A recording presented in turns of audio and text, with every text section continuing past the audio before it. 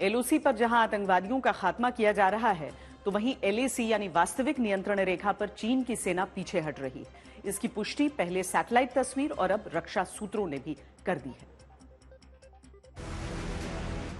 पूर्वी लद्दाख में 4 साल से ज्यादा वक्त तक तैनात भारत और चीन के सैनिकों के पीछे हटने की प्रक्रिया लगभग पूरी हो चुकी है। रक्षा सूत्रों ने आज तक को बताया कि भारतीय सेना और चीन की पीपुल्स लिबरेशन आर्मी दोनों ही वर्तमान वास्तविक नियंत्रण रेखा के संवेदनशील क्षेत्रों में सैनिकों की वापसी और सैन्य बुनियादी ढांचे को खत्म करने की पुष्टि कर रही है। चीन के साथ समझौते के बाद आज तक के पास मौजूद सैटेलाइट तस्वीरों से साफ होता है कि देप्सांग और डेमचोक दोनों देशों के सैनिक पीछे हट रहे हैं। शुक्रवार को ली गई ताज़ा सैटेलाइट तस्वीरों में कई जगह पर स्ट्रक्चर में कमी देखी गई, जो सर्दियों के पहले हिमालय में लंबे समय से चल रही तनातनी के खात्मे की तरफ इशारा करती है। सैटेलाइट की पहली तस्वीर देखिए, आपके सामने देप्सांग की सैटेलाइट तस्वीर है। पहली तस्वीर में चीन की सेना के बनाए अस्थायी निर्माण दिखते हैं, जो 25 अक्टूबर को हटा लिए गए।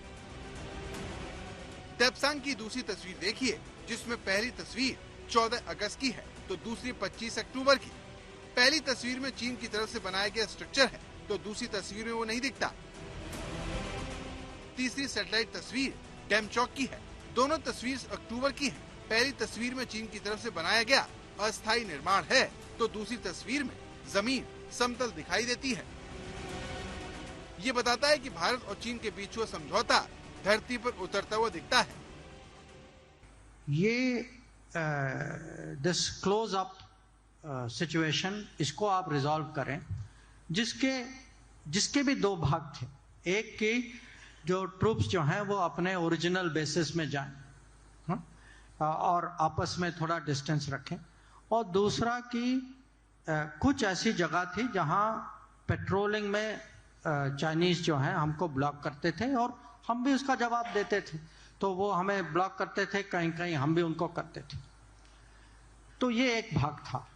दूसरा जो है था कि क्योंकि वो बड़ी मात्रा में आए उनकी सेना, हम लोग भी बहुत काउंटर डिप्लॉय हम लोगों ने किया कि हमारे ट्रूप्स भी काफ़ी ज़्यादा थे वहाँ।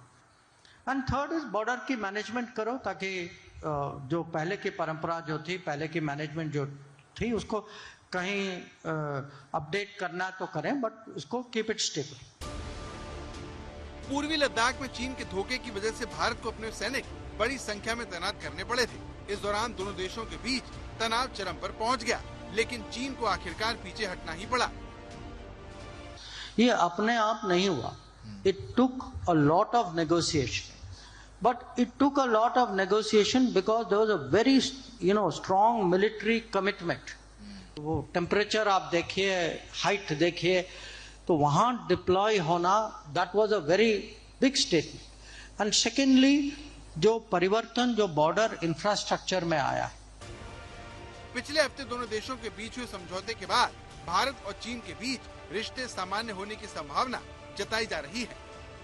इसकी शुरुआत के रूप में रूस के कजान में पीएम मोदी और जिनपिंग की 4 साल बाद मुलाकात हुई, और अब माना जा रहा है कि अगर सब कुछ उम्मीद के मुताबिक हुआ तो फिर गलवान समेत 4 बफर जोन को लेकर भी बात आगे बढ़ सकती है।